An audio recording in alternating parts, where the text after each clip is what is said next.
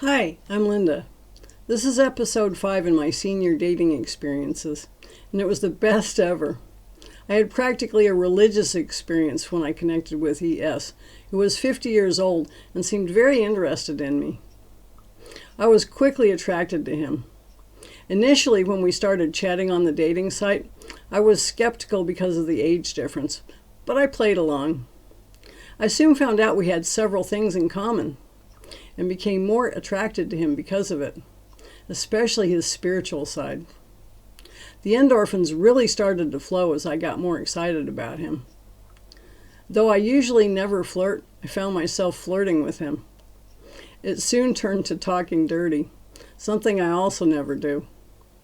I loved his blue-green eyes, dark hair, quirky smile, and cute haircut. His voice was a bit strange, being kind of nasally, but I got used to it. He had an unusual way about him in that, being a Libra, he seemed very balanced and could see both sides to an issue. He made suggestions, but was leaving it on my terms, which made him all the more attractive. After a couple days of phone calls and Skype calls, we decided to meet. It was on a Sunday in a parking lot halfway between us. I had scoped it out 2 days earlier, and there was very little activity, so it seemed a good place to check each other out. We talked often, and I was totally on fire for this man. I didn't think I could be fired up again so easily. It had been a few years since I had proper sex with my late husband because of his health issues, so I had become disinterested in sex. This new man made me feel things I had not felt in many years, including being hot for him. I knew I wanted him, but at what price? The passion he seemed to have for me was so exhilarating, I was deeply drawn in. It had been so long since I had a man in my bed, the prospect of touching and feeling again was irresistible. If he was a good kisser, I would just melt. I had to know how he would feel in my arms and loins. Believe me, I was aware of the risks. If he was a carrier of the coronavirus, which had gotten a good hold in Scotland, he could kill me or make me deathly ill for weeks. Then again, the virus was expected to be around permanently, and I had no intention of waiting forever to date again. Almost everything was locked down, and self-isolation was the responsible thing to do. Was I to live my life in fear? The resolutions we make and the rules we create are designed to avert troubles, as they come from perceived mistakes resulting in minor to terrible consequences. I look out for the red flags and deal breakers. There were 2 before we met. I tried to call him once, but he didn't answer and didn't have his messaging on. It made it harder to get hold of him. He rarely checked his emails, so a text was the only way to contact him. Before meeting me, he responded pretty quickly to a text, so I didn't worry about it. The second red flag was that when he was first coaxing me to engage with him, he suggested that once we got to know each other, we could stay at each other's places alternately. I told him I was looking for a retired man so he could spend time with me, and I was concerned about how often he could see me. He gave me the impression he would find a way and make the time. Then he told me he lived with 2 other taxi drivers, which was his trade, and that his landlord and roommates would not want him to be bringing a woman home. This was a big red flag, so I told him I needed to see how he lived anyway. My brain was so full of endorphins, I really couldn't think straight. I knew any resolution I made to keep safe and sensible would go out the window in short order. The prospect of it being basically forbidden by the government and morally wrong made my desire 10 times hotter. I found it very interesting. That Sunday we met in the parking lot of the park. I had already told him of a fantasy I had about him and me having sex in the parking lot. I got there first and quickly noticed a lot of people going in and out of the park, much more than 2 days before. He drove up in his taxi and parked with 1 space between us. We both got out of our cars and took a few steps toward each other. We smiled, said hello with sly grins, looked at each other over, and took a few steps closer. I knew I wanted him from the moment I saw him. He just asked, "Can I touch you?" With a big smile, I said yes. In 2 steps, we were in each other's arms kissing. Such wonderful kisses. Wow. There were a lot of people moving around us. We couldn't keep our hands off each other's, so I suggested we go to my place. I had a feeling I would not be able to resist temptation, so I had already changed the sheets on the bed and cleaned the flat up a bit. He said he would not be able to stay long because he was heading up to visit his daughter 3 hours away. I was fine with that. I just knew that I had to know how he would feel to me. The clothes came off as soon as we got inside. I had been curious if he would wear boxer shorts, briefs, or budgie smugglers. He wasn't wearing any underwear because he wanted easy access in case we did do it in the parking lot. And I would have too, had there not been a bunch of people around. So much for the recommended social distancing by the government. I took him straight to my bed. He was not expecting this would happen. He was just hoping. Oh my God, it was awesome. I had this gorgeous man in my bed who was telling me I was beautiful. He was the perfect size for me all the way around. I couldn't get enough of him. We did a lot of cuddling afterward. When we finally got up, I made him a cup of coffee. We talked a bit more, and then he had to leave. He texted me that night. All was well. I had so many endorphins running around in my brain, I was in a pleasant fog. For the first time as meeting someone new goes, it was much better than I could have hoped. Though I knew I was taking a big risk, I had watched a movie, Red 2, a couple nights before, and Helen Mirren had advised the girlfriend of the main character that when it comes to love, you may have to take a leap of faith and just jump. So I did. The next day, a Monday, I was still in the fog. We texted a few times. I noticed that it sometimes took ES a long time to reply. They were mostly sex texts. By Tuesday morning, the fog in my head had gone. We just exchanged one set of texts. I sent one in the morning to let him know I was up. In the afternoon, he finally replied. I had hoped he had missed me enough to want more frequent contact, and a call would have been nice. Wednesday, the same happened.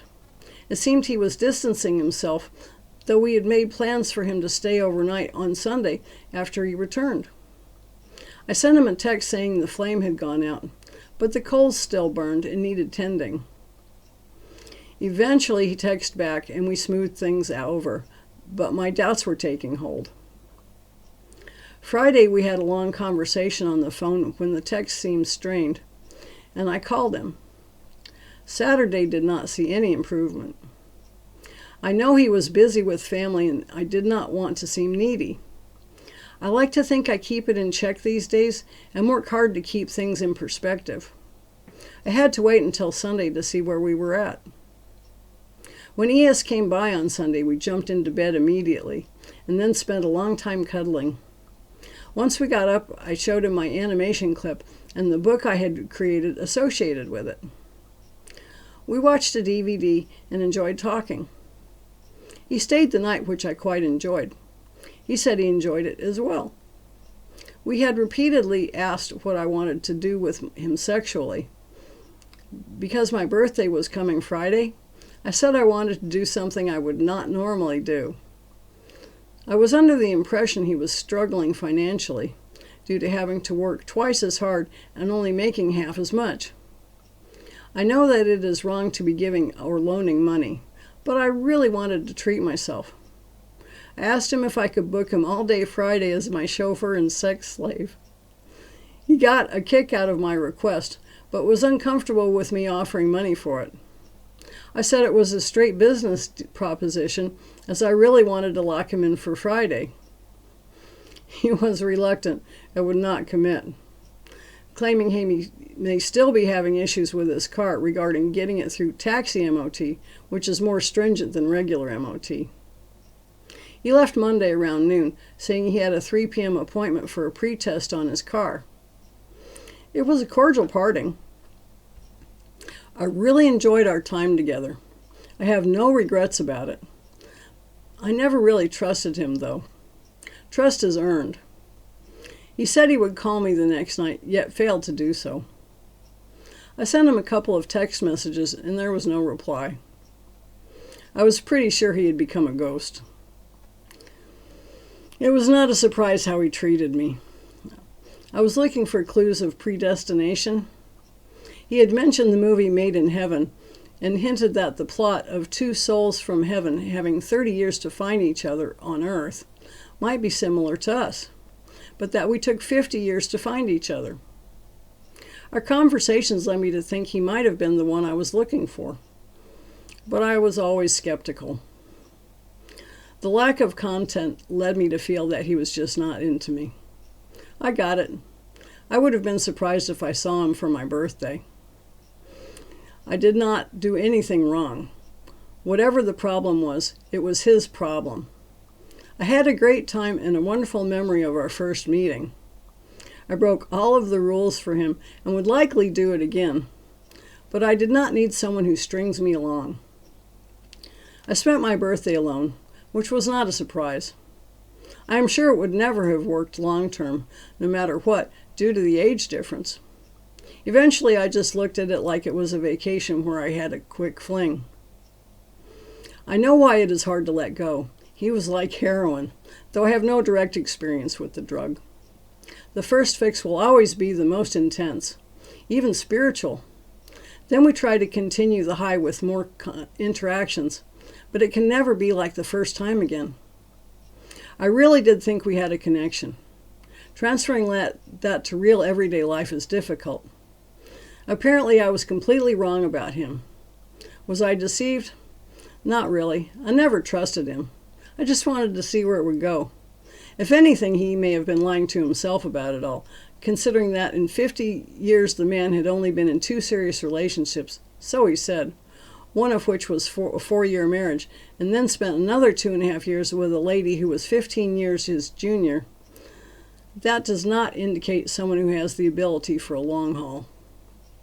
He was still trying to develop his career as a taxi driver, though he had been doing it for 18 years.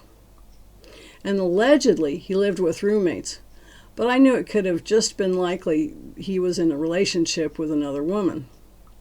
He was adamant he was not married, but his operating mode left too much to be suspicious about.